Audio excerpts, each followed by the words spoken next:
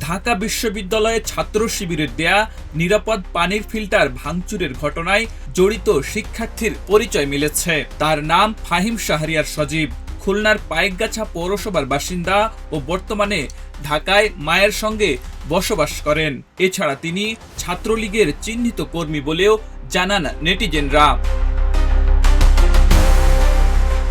বেসরকারি একটি টেলিভিশনের ফুটেজে দেখা যায় ফাহিমকে ছাত্রলীগের সভাপতি সাদ্দাম হোসেনের সঙ্গে ঘনিষ্ঠভাবে হাত মেলাতে। সূত্র বলছে, বামপন্থীদের আড়ালে থেকেও সে এ ধরনের কর্মকাণ্ডে জড়িত ছিল।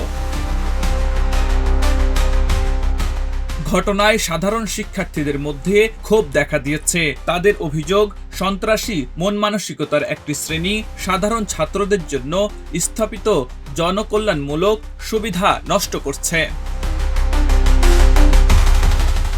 শিক্ষার্থীরা দাবি জানিয়েছেন, অভিযুক্তদের চিহ্নিত করে আইনের আওতায় আনা ও শিক্ষা প্রতিষ্ঠানে মানব কল্যাণমূলক উদ্যোগের নিরাপত্তা নিশ্চিত করতে হবে। আব্দুল হাকিম, প্রজন্ম 24।